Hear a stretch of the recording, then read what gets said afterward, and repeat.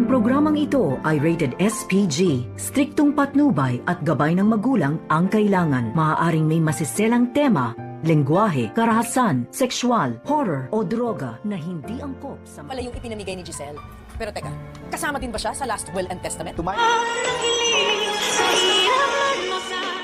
Pilit nga na pinapasama ni Moira ang kanyang anak na si Zoe upang magtungo dito nga sa abogado na inihanda nga noon ni Don Pepe upang malaman nila ang tungkol sa kayamanan kung sino nga ang pamamanahan nito. At ang sagot naman dito ni Zoe sa kanyang ina na hindi daw mahalaga sa kanya ang kayamanan ng kanyang lolo Pepe at hindi pa nga daw handa itong si Zoe na harapin muli itong si Giselle at RJ at itong si Annalyn dahil mas nanaig pa rin kay Zoe ang konsensya sa kanyang ginawa sa kanyang lolo Pepe at lalo na ngayon na makakaharap na rin nila itong anak ni Giselle na ipinamigay noon. At dito na nga nagkasalpukan itong si Justin at itong si Moira. Agad na tinarayan ni Moira itong si Justin na nakaharap niya ito na ito pala daw ang anak ni Giselle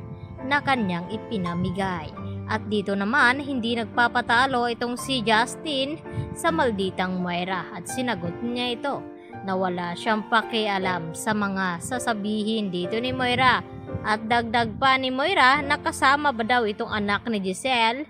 na magmamana sa last will and testament dito ni Don Pepe. At maya-maya nga ay narinig na nga dito nila Moira at RJ at Giselle at Justin ang sinabi ng abogado ni Don Pepe na ang magmamana daw sa last will and testament ay walang iba kundi itong si Annalyn Santos. At nagulat itong si Moira at sinabi dito sa attorney na bakit pinamanahan daw ni Don Pepe itong si Annalyn na anak daw ito sa labas. At hindi nga makatiis itong si Justin na sagutin itong si Moira na alam niya ang dahilan na kung bakit hindi binigyan ng mana ang kanyang anak na si Zoe dahil hindi pala nila ito kadugo. At nagulat ang lahat dahil sa sinabi dito ni Justin na kung bakit marami daw itong alam dahil yun pala ay bago madukot o maaksidente itong si Don Pepe ay nagkausap pala ito si Justin at itong si Don Pepe at sinabi lahat-lahat dito pagkatapos na kumpirma itong DNA results dito ni Zoe at Annalyn na hindi pala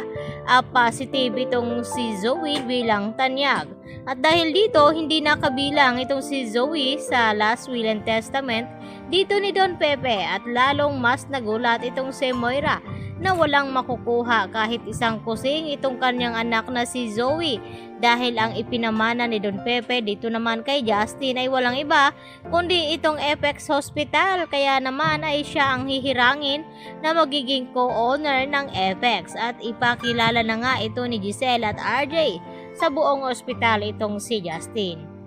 Samantala, ang gusto naman na mangyari dito ni Lynette na gustong matulungan daw itong si Zoe sa kanyang pinagdadaanan na problema at ang gustong mangyari ni Lynette na gusto niyang papuntahin dito sa bahay itong si Zoe nang sa ganon ay makausap daw niya ito. Kaya agad dali-dali na tinawagan ni Carlos itong si Zoe subalit ay hindi nga ito sumagot kaya idinaan na lamang sa pag-text itong si Zoe dito ni Carlos at sinabi na gusto daw siyang makausap ni Lynette at papuntahin dito sa kanyang bahay dahil narinig ni Carlos ang pag-uusap dito ni Chang Susan at Lynette at Josa na kung bakit panay daw ang tawag ni Zoe dito kay Carlos Benitez at hindi itong si RJ ang tinatawagan at Giselle. Yan naman po ang ating patuloy na pakatutukan at aabangan bukas mga kapuso, dito lamang yan sa Abot Kamay na Pangarap. Yan lang po at maraming salamat.